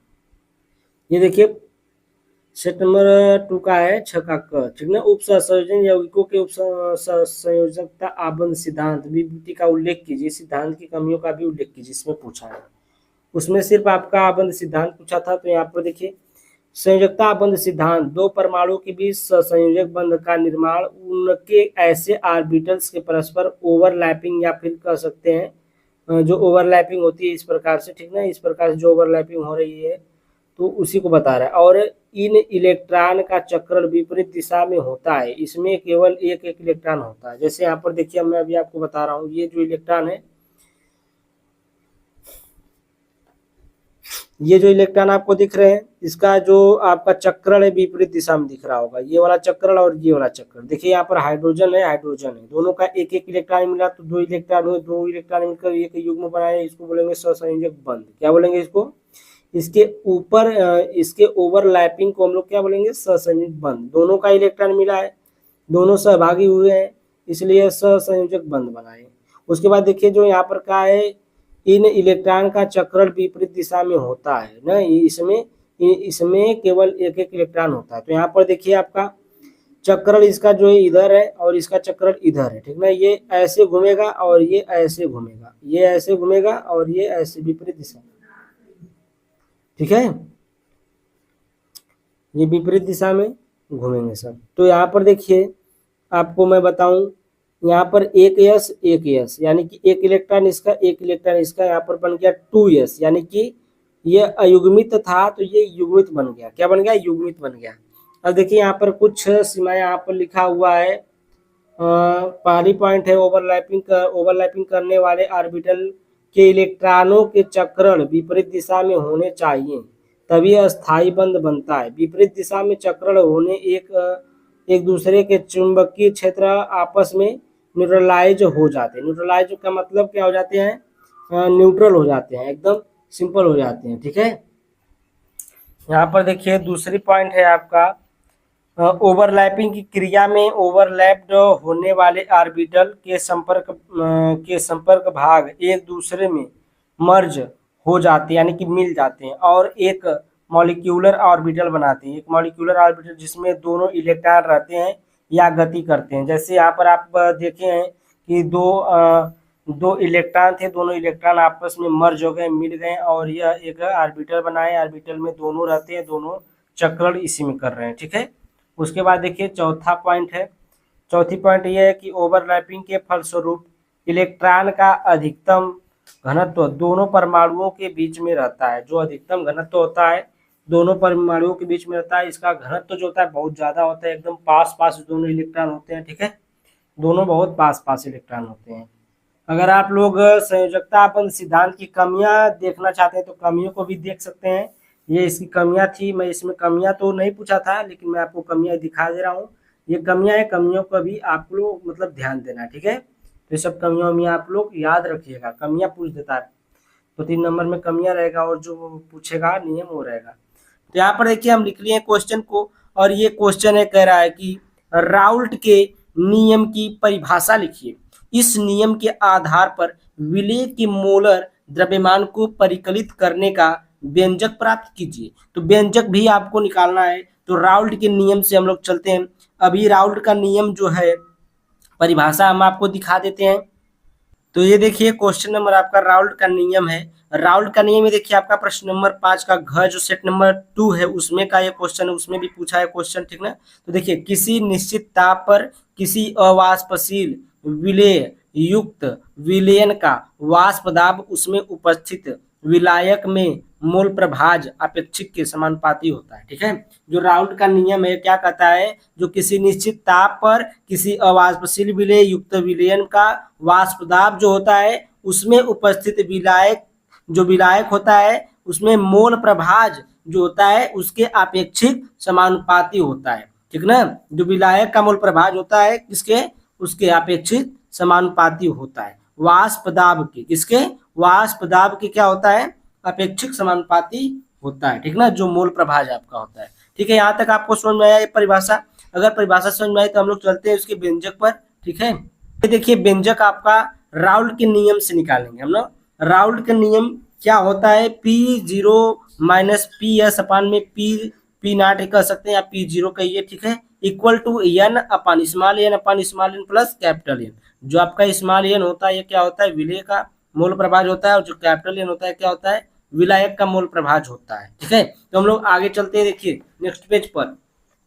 तो ये आपका है माना, यहाँ पर आप लोग क्या करेंगे, मान लेंगे, क्या करेंगे, मान लेंगे माना विलेय का मोलर द्रव्यमान यम1 मान लीजिए, या फिर इसको स्मॉल यम कह सकते हैं, ठीक ना, स्मॉल यम डब्ल्यू एम, स्मॉल डब्ल्यू या स्मॉल यम से कह सकते हैं, कैपिटल एम कैपिटल डब्ल्यू रख सकते हैं। हम यहाँ पर यम1 स्मॉल यम1 रखें, ठीक है। यहाँ पर खाली अगर यम1 रहेगा तो यम रहेगा तो भी कोई दिक्कत नहीं है। यम1 और विलेय का जो द्रव्यमान है W1 है, ठीक है, स्मॉल W1, तथा विलायक का द्रव्यमान कैपिटल W2 और विलायक का जो मोलर द्रव्यमान है कैपिटल M2 है। ठीक है, और यहाँ पर जो आपका n बराबर आएगा स्मॉल n बराबर स्मॉल W बटे स्मॉल m, ठीक ना, ये 1 लगा भी सकते हैं, नहीं भी लगा सकते हैं। अगर आपको मतलब अंतर बताना है कि कैपिटल जो विलायक है विलेय है उसके लिए ये 1 लगता है 1 2, ठीक है। और यहाँ पर देखिए कैपिटल एन के लिए कैपिटल डब्ल्यू बटे कैपिटल W2 बटे कैपिटल M2, ये कैपिटल यम है, ठीक है, ये कैपिटल M2 है। अब देखिए यहाँ पर हम क्या करेंगे, जो आपका ये आपका जो फार्मूला था राहुल का, P0 not minus P S अपान में P0 equal to N, plus में यहाँ पर एन प्लस कैपिटल एन था, तो यहाँ पर देखिए जब तनु विलयन के लिए हम लोग लेंगे तो एन प्लस कैपिटल एन ये अप्रोक्सली यानी कि लगभग किसके बराबर होगा, कैपिटल एन के बराबर होगा। ठीक है, जो इसका मान होता है लगभग किसके बराबर होगा, कैपिटल एन के बराबर होगा, जब तनु विलयन होगा। विलयन तनु का मतलब क्या, एकदम हल्का सॉल्यूशन होगा, ठीक है, उसके लिए। अब यहाँ पर हम लोग आगे चलते हैं, देखिए पी नाट माइनस पी एस P0 अपान में P0 इक्वल टू एन का मान रखेंगे, देखिए एन का मान capital small W small m capital W capital M, तो यहाँ पर रख दिए। अब ये ऊपर तिरछा ये मल्टीप्लाई करेगा, इसका इसमें होगा, इसका इसमें होगा, ठीक है, तो इसका मल्टीप्लाई होगा तो यहाँ पर देखिए क्या आएगा, यहाँ पर कैपिटल स्मॉल W और ये small m capital M capital W, ठीक है। अब यहाँ पर ये आ जाएगा आपका, जब इसमें गुणा हो जाएगा तो ये आ जाएगा P0 माइनस पी एस अपान में P0, और ये W1 M1 और W2 आ जाएगा, इतना आया। अब देखिए यहाँ पर जो आएगा आपका M1 इंटू W2 अपान में W1 इंटू M2, ये आ गया। ये कैसे आया, जब हम लोग इसको ऊपर करेंगे और इसको इधर करेंगे तब आएगा। तो इसको ऊपर कर दिए M1 वाले को और M2 वाले को नीचे कर दिए, P0 को ऊपर कर दिए, P0 माइनस पी एस को नीचे कर दिए, ठीक है। बदलेगा तो दोनों बदलेगा, ठीक है, दोनों बदल गया। उसके बाद हम लोग को आपका क्या निकालना था, मोलर द्रव्यमान में निकालना था। जो विलेय था वो विलेय का मोलर द्रव्यमान में क्या फार्मूला बनाना था। तो यहाँ पर मोलर द्रव्यमान आपका क्या है, स्मॉल एम है, तो स्मॉल एम को बराबर में किए और इसका मल्टीप्लाई इधर कर दिए, और जो बचा यहाँ पर इसका मल्टीप्लाई यहाँ कर देंगे। तो यहाँ P0 अपान में पी नाट माइनस पी एस गुणे में W1 इंटू M2 बटे में W2, ठीक है। तो ये आपका मेन विलेय का जो व्यंजक प्राप्त करना था आपका, ये आपका प्राप्त हो गया, ठीक है। किसके द्वारा हुआ, राउल्ट के नियम के अनुसार हुआ है। अब देखिए प्रश्न नंबर 6 का अथवा वाला है। अथवा वाला देखिए क्या क्वेश्चन है, वाष्प दाब में अवनमन का कारण समझाइए। किसी ताप पर शुद्ध विलायक का वाष्प दाब 0.745 बार है, 0.5 ग्राम अवाष्पशील विद्युत अनपघट्य ठोस को 39.0 ग्राम विलायक यानी कि इतना द्रव्यमान मोलर द्रव्यमान दिया है 78 ग्राम मोल इनवर्स में घोला गया। प्राप्त विलयन का वाष्प दाब 0.740 बार है। ठोस को मोलर द्रव्यमान ज्ञात कीजिए। ठोस का मोलर यहाँ पर रहेगा, ठोस का मोलर द्रव्यमान ज्ञात कीजिए, ठीक है। आपको नहीं दिख रहा था क्या, यहाँ पर देखिए सही से हम कर देते हैं इसको। तो यहाँ पर क्या है, ठोस का मोलर द्रव्यमान ज्ञात करना है, ठीक है। तो यहाँ पर आप कैसे ज्ञात करेंगे, क्वेश्चन तो यहाँ पर दिया है, पहले हम लोग देख लेते हैं, वाष्प दाब में अवनमन समझा लेते हैं। देखिए, जब भी किसी विलायक में अवाष्पशील विलेय पदार्थ को मिलाते हैं तब विलायक के वाष्प दाब में एक कमी उत्पन्न हो जाती है। विलायक में उत्पन्न इस कमी को वाष्प दाब का अवनमन कहते हैं। ठीक है, जब किसी विलायक में अवाष्पशील विलेय पदार्थ को मिलाते हैं तब विलायक के वाष्प दाब में एक कमी उत्पन्न होती है। इसी कमी को विलायक में उत्पन्न इस कमी को वाष्प दाब का क्या कहते हैं, अवनमन। अवनमन का मतलब ही क्या होता है, कमी उत्पन्न होना, कमी होना। ठीक है, आगे चलते हैं हम लोग नेक्स्ट पेज पर। यहाँ पर देखिए दिया है, क्या दिया है, P0 बराबर 0.745 बार। और यहाँ पर देखिए क्वेश्चन में दिया है, यहाँ पर क्वेश्चन में दिखा दूँ आपको, ये देखिए क्वेश्चन है। ठीक है, ये क्वेश्चन दिया है, देखिए इतना मान दिया है और ये मान इतना दिया है। देखिए ये किसका मान दिया है, PS का मान दिया है 0.740, तो ये आपका इतना मान दिया है। ठीक ना, आप अपनी क्वेश्चन में देख लीजिएगा, क्योंकि मैं अभी पेज पलटूंगा तो ज़्यादा इधर उधर हो जाएगा पेज। ठीक है, तो ये यहाँ पर मान दिया है, देखिए वाष्प दाब, ये कितना दिया है वाष्प दाब, ये वाष्प दाब 0.740 दिया है, इतना दिया है। अब देखिए यहाँ पर स्मॉल डब्लू का मान दिया है 0.5 ग्राम, कैपिटल डब्लू का मान 39 ग्राम, और जो यम का मान दिया है, कैपिटल यम का मान ये 78 दिया है, स्मॉल यम का मान है आपको निकालना है। क्या निकालना है, जो आपका ठोस का मोलर द्रव्यमान है निकालना है। ठोस क्या है, विलेय। ठीक है, विलेय यानी कि यम का मान निकालना है। अब देखिए राउल्ट के नियम से हम लोग क्या करेंगे, इसको हल करेंगे। तो देखिए राउल्ट का नियम आपका होता है ये P0 माइनस PS अपान में P0 इक्वल टू N और अपान में N प्लस कैपिटल N। तो यहाँ पर आप जानते हैं कि N प्लस कैपिटल N किसके बराबर होता है, कैपिटल N के बराबर होता है। तो किस स्मॉल n बटे कैपिटल N हो जाएगा, और इसका जो मान होता है आप लोग पता है, स्मॉल डब्ल्यू बटे स्मॉल एम बटे कैपिटल डब्ल्यू बटे कैपिटल एम, यही होता है। तो इसको ऊपर नीचे करेंगे तो इतना आएगा, इसको यहाँ पर रख देते हैं। तो यहाँ पर देखिए P0 माइनस PS अपान में P0 बराबर में W into m capital M और बटे में small m into capital W, ये आ गया। Small W capital M, small m capital, जिसका जितना मान दिया उसको हम लोग रख लेते हैं। तो यहाँ पर देखिए हम लोग इसका मान P0 का मान इतना दिया है 0.745 माइनस 0.740 इतना दिया है PS का मान, तो ये मान रख लिए यहाँ पर रखें। और ये P0 का मान देखिए, थोड़ा सा जल्दी जल्दी बोल रहा हूँ क्या, अगर आपको थोड़ा सा धीरे धीरे चाहिए तो चलिए कोई बात नहीं है। देखिए 0.745 ये किसका मान दिया है, P0 का मान। अब देखिए स्मॉल डब्लू का मान जो है 0.5 दिया है, यहाँ पर देख लीजिए आप लोग, ऊपर देखिए जो मान दिया है उसमें देखिए, और ये स्मॉल एम का मान तो निकालना ही है, कैपिटल गुड़े कैपिटल डब्लू का मान 78 दिया है, और जो कैपिटल एम का मान 78, कैपिटल डब्लू का मान जो है 39 है, इतना है।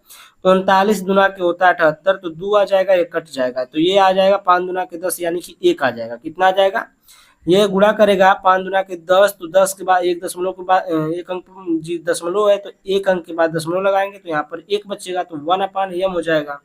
अब देखिए कुछ नहीं करेंगे, यहाँ से इसमें घटाएं तो इतना बचा है। ठीक है, इतना बचा है, 0.005 बचा है।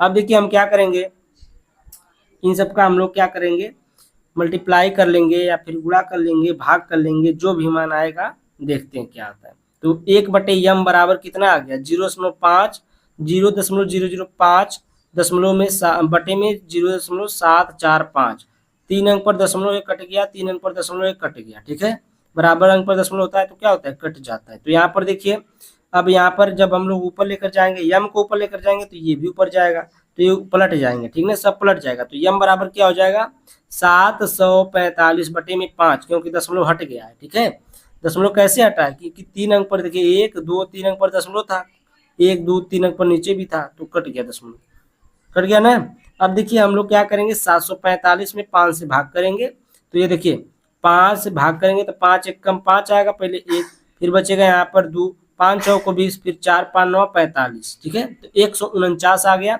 ग्राम प्रति मोल आएगा। ये देखिए यम बराबर 149 ग्राम प्रति मोल, ये आपका क्या आ जाएगा, यही आपका आंसर हो जाएगा, ये क्या हो जाएगा, आपका आंसर हो जाएगा। ठीक है, तो ये प्रश्न नंबर जो आपका 6 का अथवा वाला था क का, ये आपको बहुत ही बढ़िया समझ में आया होगा, और मैं पूरा आशा करता हूँ आप लोग को बढ़िया समझाने का, और आंसर भी आप लोग मिला लीजिएगा, आंसर गलत नहीं है। ठीक है, हाँ एक आध ऑब्जेक्टिव क्वेश्चन कभी कभी गलत हो जाता है, क्योंकि कभी कभी इस अनसॉल्व में ही आंसर जो है गलत दिया रहता है। ठीक है, तो यहाँ पर देखिए एल्डिहाइड के विरचन की 5 विधियों की अभिक्रियाओं का रासायनिक समीकरण लिखिए। तो यहाँ पर देखिए एल्कोहल के विरेचन की 5 विधि का हम लोग लिख लेते हैं। पहला देखिए एल्कोहल के विहाइड्रोजनीकरण द्वारा एल्डिहाइड के विरेचन की। तो यहाँ पर देखिए एल्कोहल के विहाइड्रोजनीकरण द्वारा, विहाइड्रोजनीकरण का मतलब होता है कि हाइड्रोजन को निकाल कर, यानी कि हाइड्रोजन निकाल कर। तो यहाँ पर देखिए RCH2OH है, यहाँ पर कापर की उपस्थिति है, 300 डिग्री सेल्सियस पर हम लोग गर्म करेंगे। कापर ले सकते हैं या फिर जिंक ऑक्साइड भी ले सकते हैं। वहाँ ये आपका 1 डिग्री एल्कोहल इसको कहते हैं, 1 डिग्री एल्कोहल है, ठीक ना। 1 डिग्री एल्कोहल का मतलब यहाँ पर देखिए R है, और जो यहाँ पर मेन कार्बन एक है, ये कार्बन किससे जुड़ा है, एक ही R से जुड़ा है। अगर इससे कोई एक एल्किल ग्रुप जुड़ा है तो ये 1 डिग्री एल्कोहल होगा। अगर यहाँ पर 2 एल्किल ग्रुप पर 2 डिग्री होता और 3 होता तो तृतीयक यानी कि 3 डिग्री होता। अब देखिए यहाँ पर आपका बने क्या, यहाँ पर देखिए हाइड्रोजन यहाँ से निकलेगा, एक हाइड्रोजन यहाँ से निकलेगा, एक हाइड्रोजन यहाँ से निकलेगा, तो ये बन जाएगा आपका RCHO प्लस में H2, ठीक ना। हाइड्रोजन गैस कहाँ जाती है, ऊपर, तो ऊपर की तरह यह दिशा दिखा दिया गया है। तो हम लोग चलते हैं नेक्स्ट पेज पर, ये वाला पेज यहीं तक था, आगे चलते हैं। अगर मेरे अनसॉल्व सेट की वीडियो आपको अगर अच्छी लग रही है, ठीक है, तो आप लोग थोड़ा सा मुझे प्रोत्साहित कर दीजिए ताकि मैं वीडियो बनाने में सक्षम हो, वीडियो बनाऊं। नहीं तो मेरा अगर गुस्सा बढ़ गया ना तो मैं वीडियो नहीं बनाऊंगा, ठीक है। अगर आप लोग लाइक कर दीजिए, चैनल को सब्सक्राइब भी करिए। तो यहाँ पर देखिए सेकेंड वाला है मोनोकार्बोक्सिलिक अम्ल के लवण शुष्क आसवन द्वारा। मोनोकार्बोक्सिलिक अम्ल ये है आपका, इसको मोनोकार्बोक्सिलिक अम्ल बोलेंगे। इसके लवण शुष्क आसवन द्वारा, तो शुष्क का मतलब इसको हम लोग गर्म करेंगे, सुखा करके क्या बनाएंगे, एल्डिहाइड बनाएंगे। तो यहाँ पर देखिए HCHO बनेगा, इसमें से कैल्शियम कार्बोनेट निकलेगा, कैल्शियम कार्बोनेट निकलेगा तो ये क्या बनेगा, HCHO बनेगा। HCHO क्या होता है, फॉर्मेल्डिहाइड होता है। क्या होता है, फॉर्मेल्डिहाइड, एक एल्डिहाइड का, ये भी क्या है, एक एल्डिहाइड का भाई है। दूसरा देखिए रोजनमुंड अपचयन द्वारा, रोजनमुंड अपचयन, रोजनमुंड अभिक्रिया भी इसको बोलते हैं, अभिक्रिया आपको याद होना चाहिए रोजनमुंड। तो यहाँ पर देखिए RCOCl को लेंगे और यहाँ पर क्या करेंगे, हाइड्रोजन को इसमें जोड़ेंगे। जब हाइड्रोजन को जोड़ेंगे किसकी उपस्थिति में, PD, प्लेटिनम और पैलेडियम, इसको प्लेटिनम नहीं प्लेटिनम होता है लेकिन ये पैलेडियम है, ठीक है। पैलेडियम और BaSO4 बेरियम सल्फेट है। तो बेरियम सल्फेट और पैलेडियम की उपस्थिति में जब हम लोग RCOCl और H2 का रिएक्शन कराएंगे तो RCHO बनेगा और HCl निकलेगा। क्या निकलेगा, HCl निकलेगा। तो RCHO प्लस HCl निकल गया, ठीक है। यहाँ पर देखिए चौथा है एल्कोहल के ऑक्सीकरण द्वारा, एल्कोहल के ऑक्सीकरण द्वारा। तो एल्कोहल का ऑक्सीकरण कराते हैं, देखिए CH2CH2OH है, ये एथेनॉल है, एथेनॉल है। एथेनॉल का जब नवजात ऑक्सीजन से ऑक्सीकरण कराया जाता है किसकी उपस्थिति में, K2Cr2O7 प्लस H2SO4 की उपस्थिति में, क्षारी KMnO4 की उपस्थिति में। क्षारी पोटेशियम परमैंगनेट है और क्या आपका है, ये है K2Cr2O7 प्लस H2O सल्फ्यूरिक अम्ल भी है। सब की उपस्थिति में हम लोग क्या कराते हैं, ऑक्सीकरण कराएंगे। तो ये आपका CH3CHO, ये क्या बनेगा, एसिटिल्डिहाइड बनेगा। और यहाँ पर क्या निकलेगा, H2O निकलेगा। क्या निकलेगा, H2O निकलेगा, ठीक है। तो यहाँ पर H2O निकला।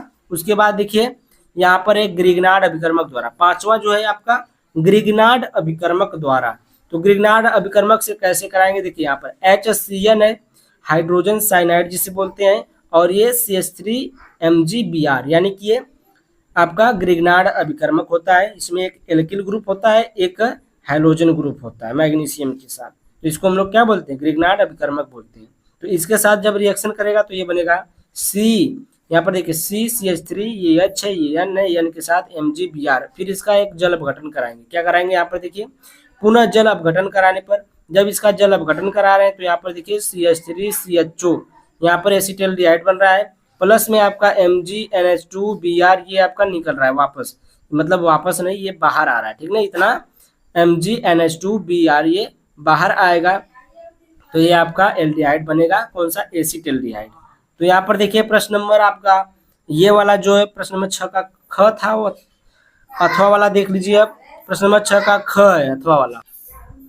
तो यहाँ पर देखिए प्रश्न नंबर 6 का ख का अथवा है, और ये देखिए एल्डिहाइड तथा कीटोन में नाभिक रागी योगज अभिक्रिया की क्रियाविधि एक उदाहरण द्वारा समझाइए। एल्डोल संघनन तथा क्रॉस एल्डोल संघनन की अभिक्रिया का रासायनिक समीकरण लिखिए। एल्डोल संघनन और क्रॉस एल्डोल संघनन का रासायनिक समीकरण भी लिखना है, सिर्फ समीकरण लिखना है। तो यहाँ पर देखिए एल्डिहाइड तथा कीटोन में नाभिक रागी योगज अभिक्रिया, तो यहाँ पर देखिए हम लिख लिए हैं पूरा। तो ये आपका देखिए एक क्या है, सी है, ये कार्बोनिल है, एल्डिहाइड कह सकते हैं या फिर इसको कीटोन भी कह सकते हैं, ठीक ना, क्योंकि यहाँ पर कीटोन में भी आपका सीओ होता है और एल्डिहाइड में भी आपका सीओ ग्रुप होता है। तो यहाँ पर देखिए जो आपका ये होता है ए है, ये बी है, ये ए है, ए बी है, कोई तत्व भी आप लिख सकते हैं, हाइड्रोजन या आर ले सकते हैं, ठीक है। तो यहाँ पर देखिए ये जो आपका होता है न्यूक्लियोफिलिक यहाँ पर आकर मिलता है, जुड़ता है, क्यों यहाँ पर जुड़ता है, कार्बन के साथ ही क्यों जुड़ता है, ऑक्सीजन के साथ, क्योंकि ये देखिए ऑक्सीजन जब यहाँ से बांड उठाएगा तो ऐसे निगेटिव चार्ज बनाएगा और ये कार्बन पर आएगा पॉजिटिव चार्ज। जो निगेटिव चार्ज होता है न्यूक्लियोटाइड पर क्या होता है, न्यूक्लिक जो रिएक्शन होती है उस पर जो आप जब कोई तत्व जुड़ता है तो पॉजिटिव वाले पर जुड़ता है, तो यहाँ पर क्या जुड़ेगा, कार्बन पर ही जुड़ेगा ये न्यूक्लियो, ठीक ना। तो यहाँ पर जो ये जो आपका नाभिक रागी रहेगा तो ये न्यूक्लियोफिलिक ये आकर इसी पर जुड़ेगा। तो यहाँ पर देखिए ये बहुत मंद, ये पद इसका फर्स्ट यानी कि स्टेप नंबर 1 है, स्टेप 1 में ये बहुत मंद अभिक्रिया होती है, ठीक ना, ये बहुत मंद यानी कि धीरे धीरे अभिक्रिया होने वाली है, इसमें 1 से 2 दिन, मतलब इतना टाइम तो नहीं लगेगा यार, 1 से 2 दिन, 1 से या 2 दिन नहीं लगेगा, ठीक ना, कुछ मिनट लगते हैं। तो यहाँ पर देखिए धीरे धीरे होती है। तो यहाँ पर देखिए जब यह रिएक्शन हो जाता है तो यहाँ पर देखिए न्यूक्लियोफिलिक जो होता है यहाँ पर जुड़ जाता है, आपका जो ये जुड़ जाता है कार्बन के साथ और ऑक्सीजन पर एक नेगेटिव चार्ज आ जाता है। उसी दौरान फिर एक क्या करते हैं हम लोग, एसिड ले लेते हैं, एसिड से क्या निकलता है आपका H+ निकलता है। तो एसिड को हम लोग क्या किए, H+ से इसी से न्यूक्लियो जो आपका ये रिएक्शन बना था इसी से हम लोग H+ से क्या किए, रिएक्शन कराएं। अब ये जो अभिक्रिया होगी तीव्र होगी, जो ये सेकेंड पद होगी, ठीक ना, तो ये सेकेंड पद में होगी, जो दूसरा पद है इसका, तो ये तीव्र अभिक्रिया होगी। तीव्र अभिक्रिया में क्या करेगा, यहाँ पर जो H+ होगा, जो -O होगा, इस पर आकर के बांड बनाएगा यानी कि OH बना लेगा। तो यहाँ पर देखिए आपका बनेगा CNU यानी कि न्यूक्लियोफिलिक कोई जुड़ा है और यहाँ पर OH है, A है, B है, ठीक है। ये आपका एल्डिहाइड था, कीटोन में नाभिक रागी योगज अभिक्रिया की ये क्रिया विधि है। यहाँ पर आप एल्डिहाइड ले सकते हैं, RCHO कह सकते हैं, और यहाँ पर या फिर कीटोन ले सकते हैं, RRCO, ठीक ना, कीटोन भी ले सकते हैं या फिर एल्डिहाइड ले सकते हैं। तो यहाँ पर ये चतुष्फलकी मध्यवर्ती, यहाँ पर जब इसका आता है तो इसको हम लिख सकते हैं चतुष्फलकी मध्यवर्ती अभिक्रिया। तो यहाँ पर आपको ये जो आपका ये नाभिक रागी योगज अभिक्रिया की क्रिया विधि थी ये आपका ये कंप्लीट हुआ। तो आप लोग इसको स्क्रीनशॉट ले सकते हैं, आगे चलते हैं हम लोग।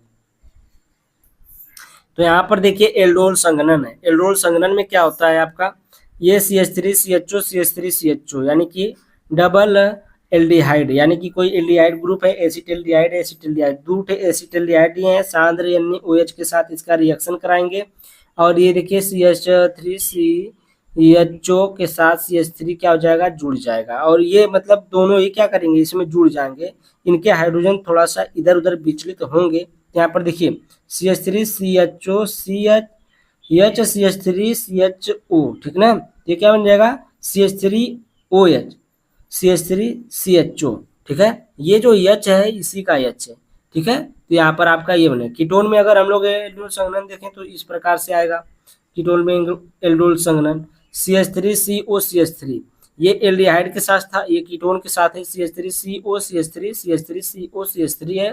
तनु BaOH बेरियम हाइड्रोक्साइड के साथ रिएक्शन है, तनु हाइड्रोक्साइड बेरियम हाइड्रोक्साइड, ठीक है, कौन सा है, तनु बेरियम हाइड्रोक्साइड। तो ये बनेगा आपका CH3H ये OH हो गया और CH2COCH3, इस प्रकार का ये कोई कंपाउंड बनेगा, ठीक है। क्रॉस एल्डोल संघनन देख लेते हैं। क्रॉस एल्डोल संघनन में क्या होता है, क्रॉस एल्डोल संघनन में देखिए HCOCH यानी कि ये भी आपका क्या है, एक फॉर्मेल्डिहाइड है, ये फॉर्मेल्डिहाइड लिए हैं, फॉर्मेल्डिहाइड से CH2CHO यानी कि ये एसिटिल्डिहाइड है, फॉर्मेल्डिहाइड और एसिटिल्डिहाइड का रिएक्शन हो रहा है यहाँ पर, तो ये क्या बनेगा आपका यहाँ पर CH2 कह सकते हैं, OH लगा है, CH2CHO, ठीक है, ये आपका आएगा इस प्रकार से। अगर जब हम 1 2 3 यानी कि ये एल्डिहाइड ग्रुप का है, ये हाइड्रोक्सी है, तो यहाँ पर हाइड्रोक्सी हाइड्रोक्सी भी इसको क्या बोलेंगे, हाइड्रोक्सी बोलेंगे, और ये CHO आया है तो ये एल्डिहाइड हो गया। तो जब इसका IPAC नाम लिखते हैं तो अलग अलग लिखते हैं, ठीक ना, अलग अलग का मतलब इसके लिए हाइड्रोक्सी लगाएंगे, तब आप इसमें आल नहीं लगाएंगे, जैसे आल लगाते हैं IPAC नाम में तो इसे आल नहीं लगाएंगे। अब देखिए प्रश्न नंबर 7 का क आता है आपका, प्रश्न नंबर 7 का क, देखिए एरिल एमीन की अनुनादी संरचना लिखिए। एरिल एमीन के लिए सेट नंबर 2 का क देखें, एरिल एमीन के लिए क्या देखें, सेट नंबर 2 का क देखें। अभी हम आपको दिखा भी देते हैं, ये नहीं तो ये कहेंगे कि सर बता दे रहे हैं कि यहाँ जाकर देखो वहाँ जाकर देखो, हम लोग कहाँ देखें, तो मैं ऐसा नहीं कर रहा हूँ, यहाँ पर आपको हल करा दे रहा हूँ, लेकिन जो आपको सेट मिलेगा जब आप खरीदेंगे सेट, तो उसमें आपको जाकर देखना पड़ेगा, क्योंकि लिखने के लिए ही ये कम हो जाए, इसीलिए हम लोग ये करते हैं, एरिल एमीन के लिए सेट नंबर 2 दिखाते हैं। तो अभी सेट नंबर 2 देखते हैं हम लोग।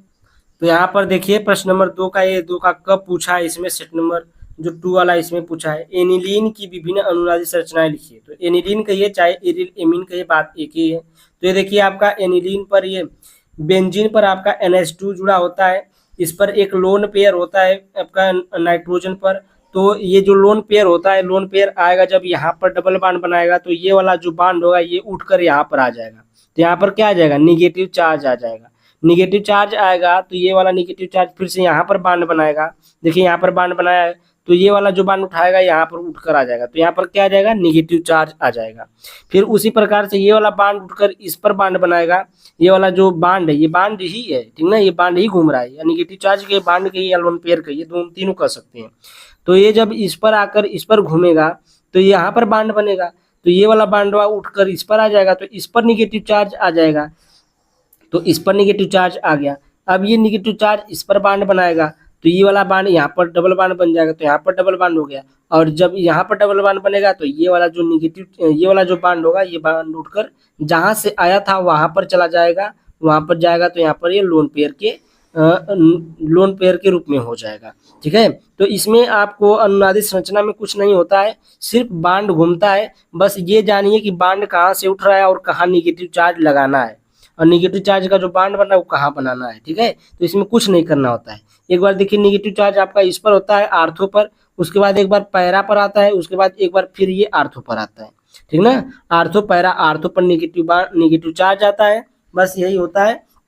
और जिस पर ये निगेटिव चार्ज आता है, आप लोग देखे होंगे जब भी हम लोग रिएक्शन कराते हैं तो आर्थो पर नहीं तो पैरा पर, आर्थो पर नहीं तो पैरा पर ही जुड़ता है, तो उसके जुड़ने का कारण भी यही होता है कि आर्थो पर आता है निगेटिव चार्ज, और जब हम लोग अनुनादी संरचना निकालते हैं तो आर्थो पर निगेटिव चार्ज आता है और पैरा पर निगेटिव चार्ज आता है, इसलिए सब चीजें कहाँ पर जुड़ती हैं, आर्थो और पैरा पर जुड़ती हैं। यहाँ तक आपको समझ में आया होगा। हम लोग आगे चलते हैं, देखिए आगे आगे ये आपका एनिलीन की क्षारीय प्रकृति कम होती है।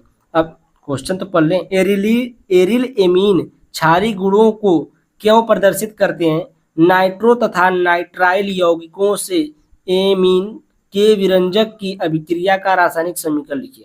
तो ये यहाँ पर एनिलीन की क्षारीय प्रकृति कम होती है क्योंकि इसमें नाइट्रोजन परमाणु के एकाकी इलेक्ट्रॉन युग्म की उपलब्धता कम हो जाती है, क्योंकि नाइट्रोजन परमाणु का एकाकी इलेक्ट्रॉन युग्म बेंजीन वलय के साथ अनुनाद करता है, इस वजह से युग्म दान के लिए उपलब्ध नहीं रहता है, ठीक ना। इस वजह से क्या होता है, वह युग्म यानी कि जोड़ा इलेक्ट्रॉन देने के लिए उपलब्ध नहीं रहता। यहाँ पर देखिए नाइट्रो यौगिक से, अब देखिए यहाँ पर नाइट्रो यौगिक से हम लोग क्या बनाएंगे, एमीन बनाएंगे। तो यहाँ पर देखिए, यहाँ पर RnO2 आर की जगह पर आप क्या ले सकते हैं, कोई ग्रुप ले सकते हैं, एल्किल ग्रुप या एरिल ग्रुप। तो यहाँ पर देखिए हमें क्या बनाना है, इसमें नाइट्रो तथा नाइट्राइल यौगिकों से एमीन के विरचन की अभिक्रिया का रासायनिक समीकरण। तो यहाँ पर देखिए एमीन हमें बनाना है, तो यहाँ पर RnO2 से लेंगे नाइट्रो यौगिक से, तो इसमें क्या क्या उपस्थित होना चाहिए, प्लेटिनम है आपका उपस्थित होना चाहिए, Ni है ये भी आपका उपस्थित, निकिल है, जिस और हाइड्रोजन गैस भी आप ले सकते हैं, ठीक है। तो इसमें ये सब चीजें हम लेकर के आपका क्या बना सकते हैं, आपका एमीन बना सकते हैं। RnH2 आपका बन के तैयार हो जाएगा। उसके बाद नाइट्राइल यौगिक से, तो नाइट्राइल यौगिक से कैसे, देखिए नाइट्राइल यौगिक है, नाइट्राइल का मतलब होता है RCN, जिसमें CN होता है उसको नाइट्राइल बोलते हैं। नाइट्राइल CN क्या होता है, साइनाइड होता है, तो RCN होता है, नाइट्राइल यौगिक है। PTNiH2 में इसको हम लोग क्या करते हैं, हीट करते हैं, गर्म करते हैं, तो ये आपका RCH2NH2 बन के तैयार होता है। RCH2NH2 ये आपका क्या बन के तैयार हो गया, नाइट्राइल यौगिक से आपका क्या बन के तैयार हो गया, एमीन बन के तैयार हो गया। तो हम लोग नेक्स्ट पेज पर चलते हैं, नेक्स्ट क्वेश्चन देखते हैं इसमें का। ये देखिए आपका प्रश्न नंबर 7 का क का अथवा है, ठीक है। तो निम्नलिखित का रासायनिक समीकरण लिखिए। गैब्रियल थैलेमाइड संश्लेषण है, तीसरा वाला कार्बाइल एमीन अभिक्रिया। दोनों के लिए आप लोग सेट नंबर 1 में जाइए, FZ में प्रश्न नंबर 7 का ख अथवा वाला देखिए, ठीक ना। 7 का ख जो है अथवा वाला, उसमें का देखिए अथवा वाला। अब देखिए हम आपको यहाँ पर हम बता देंगे, यहाँ पर हम दिखाएंगे, बताएंगे रिएक्शन को, लेकिन ये आपको जो है ये सेट, अगर जब हम सेट खरीदोगे आप लोग, तो थोड़ा सा आवाज का प्रॉब्लम है, ठीक ना, तो इधर उधर से आवाज जा रही है, तो उसके लिए सॉरी। तो यहाँ पर देखिए सेट 1 में आप लोग को मैं दिखा दूं, तो ये देखिए आपका कार्बिल एमीन अभिक्रिया है। यहाँ पर देखिए क्लोरोफॉर्म को प्राथमिक एमीन तथा एल्कोहलिक KOH विलयन के साथ गर्म करने पर एक दुर्गंध युक्त एवं विषैला पदार्थ फेनिल आइसोसाइनाइड बनता है। इसे कार्बिल एमीन भी कहते हैं, ठीक ना, कार्बिल एमीन भी कहते हैं इसको, ठीक ना, इसको जो होता है। तो यहाँ पर देखिए C6H5NH2 आपका एमीन है। कार्बिल क्या आपका इसको क्या बोलेंगे, एनिलीन, ठीक ना, एनिलीन है। और CHCl क्लोरोफॉर्म है, CHCl3 KOH का एल्कोहलिक विलयन है, और ये आपका बना क्या, C6H5NC, ठीक ना। और ये 3KCl आपका बाहर आया, 3KCl कितना, 3KCl बाहर आया, और 3H2O बाहर आया। उसके बाद देखिए आप गैब्रियल थैलेमाइड संश्लेषण देखिए, यहाँ पर ये आपका गैब्रियल थैलेमाइड संश्लेषण, ठीक है, इसको देख लीजिए। यहाँ पर देखिए ये थैलेमाइड है, ये क्या है आपका, थैलेमाइड है। उसके बाद देखिए एल्कोहलिक KOH के साथ है, इसमें से जब एल्कोहलिक KOH मिलाएंगे तो इसमें से H2O निकलेगा, यहाँ पर बनेगा पोटेशियम थैलेमाइड। क्या बनेगा, यहाँ पर देखिए जो यहाँ पर K है, ये K हाइड्रोजन को हटाएगा और यहाँ पर जुड़ेगा, तो यहाँ पर बनेगा पोटेशियम थैलेमाइड, थैलेमाइड बना पोटेशियम थैलेमाइड। और यहाँ पर C2H5 है, Br, ये क्या है, पॉजिटिव, ये क्या है, इसका मतलब होता है कि थोड़ा पॉजिटिव और थोड़ा निगेटिव, ठीक है, स्लाइटली पॉजिटिव स्लाइटली निगेटिव। और यहाँ पर KBr निकलेगा, यहाँ पर जब रिएक्शन होगा तो ये रिएक्शन करके क्या निकलेगा, KBr निकलेगा, C2H5 इस पर जुड़ जाएगा। तो यहाँ पर देखिए आप लोग C2H5 यहाँ पर जुड़ गया, ठीक ना, C2H5 यहाँ पर जुड़ा। जब इसका ब्रेकिंग करेंगे, जल अपघटन कराएंगे, तब इसका ब्रेकिंग होगा इस प्रकार से। तो इस प्रकार से जब इसका ब्रेकिंग होगा तो यहाँ पर OH जुड़ जाएगा, जो कार्बन यहाँ से बॉन्ड बनाएगा तो OH जुड़ेगा और OH जुड़ेगा, क्योंकि यहाँ से जल अपघटन करा रहे, तो यहाँ पर निकलेगा क्या, यहाँ पर हाइड्रोजन, हाइड्रोजन नाइट्रोजन से 2 हाइड्रोजन जुड़ेंगे, तो यहाँ पर C2H5NH2 जुड़ जाएगा, यानी कि प्राथमिक एमीन बन गया। और यहाँ पर थैलिक अम्ल बनेगा, क्या बनेगा, ये थैलिक अम्ल बन जाएगा, ठीक है। तो यहाँ तक आपको समझ में आ गया होगा। नेक्स्ट अगला पर चलते हैं, प्रश्न नंबर 7। यहाँ तक आप लोग देख लिए गैब्रियल थैलेमाइड और ये कार्बिल एमीन देख लिया। भापमान ब्रोमाइड अभिक्रिया देखिए।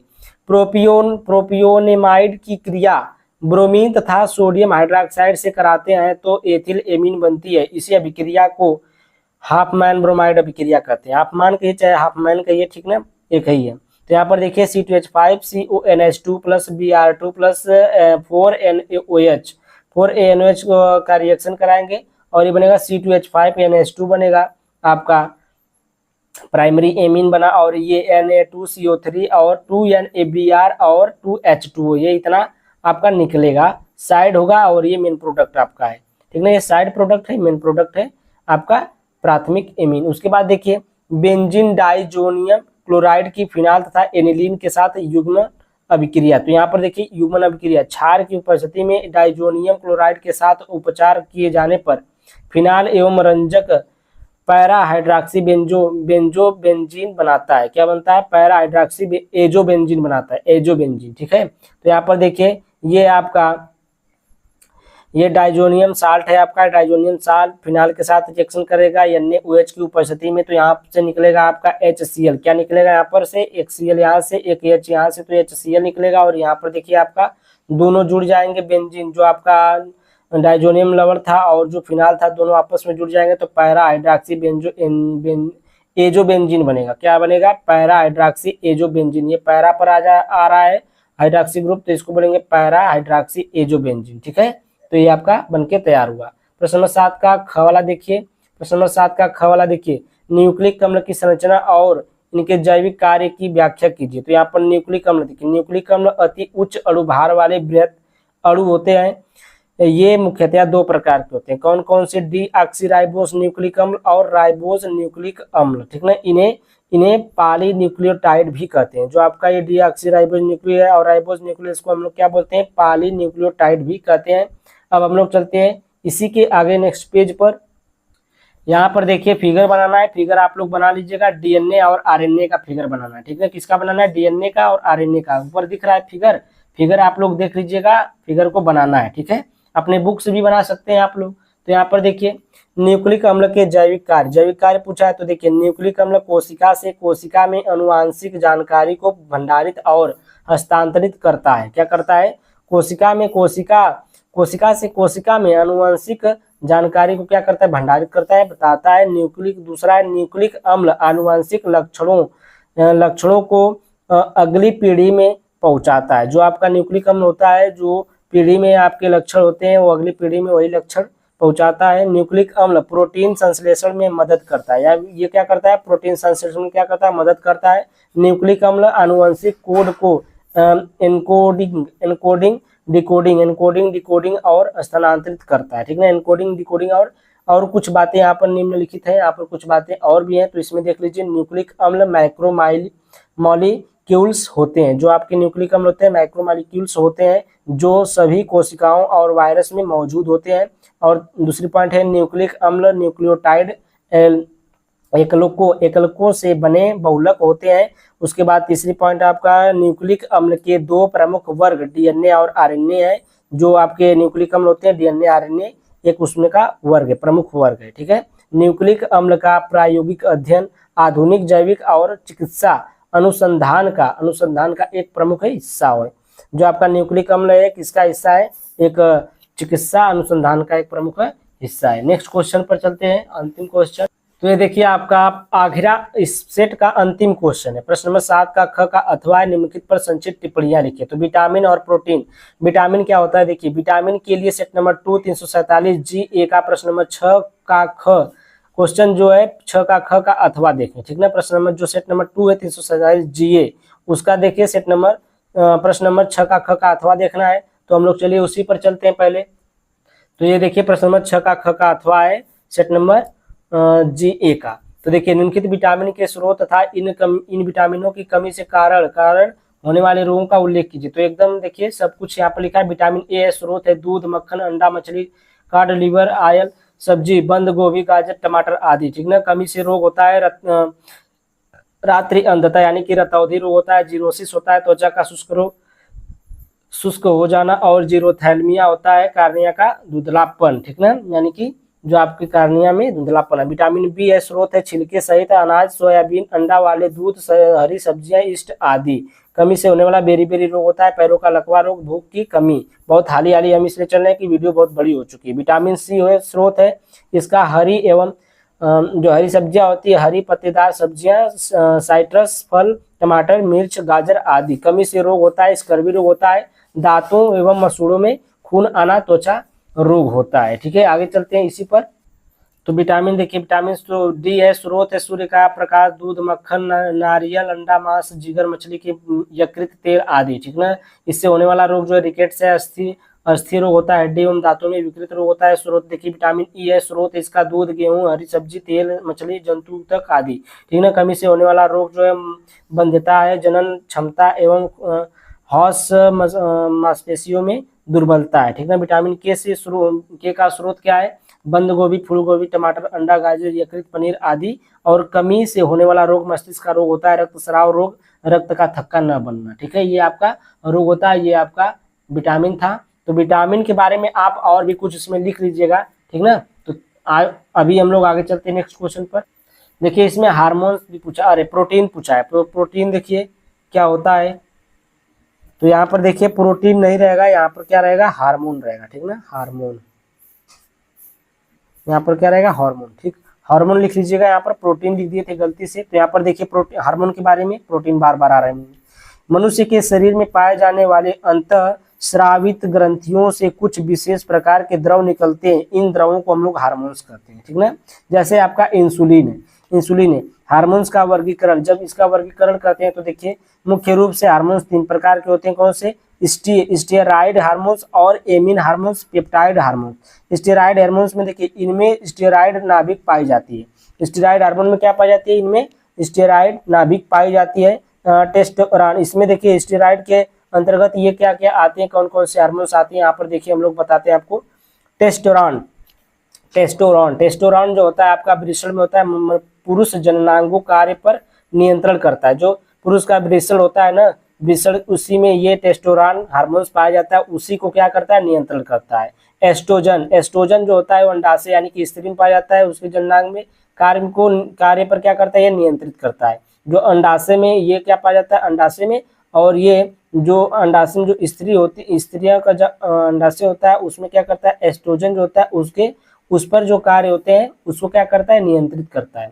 ये देखिए प्रोजेस्टेरॉन, प्रोजेस्टेरॉन जो होता है कार्पस ल्यूटियम, कार्पस ल्यूटियम होता है, गर्भावस्था के विकास पर नियंत्रण करता है। औरतों में क्या करता है, यह गर्भावस्था पर क्या करता है, यह नियंत्रण करता है। कौन, प्रोजेस्टेरॉन। तो वीडियो लॉन्ग हो चुकी है, तो यहाँ पर देखिए कोर्टिसोन, कोर्टिसोन एंडिनल, कोर्टिसोन जो होता है एंडिनल कोटेक्स है, कोटेक्स वसा हार्मोन्स होता है, प्रोटीन, कार्बो, खनिज, लवण, अपचायक पर नियंत्रण करता है।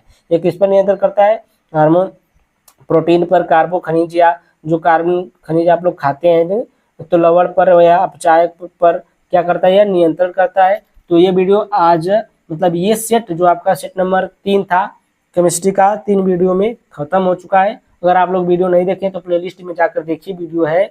और आप लोगों को थोड़ा भी वीडियो अच्छी लगी तो वीडियो को लाइक और चैनल को सब्सक्राइब जरूर करिएगा। Thank you, bye bye for watching my video.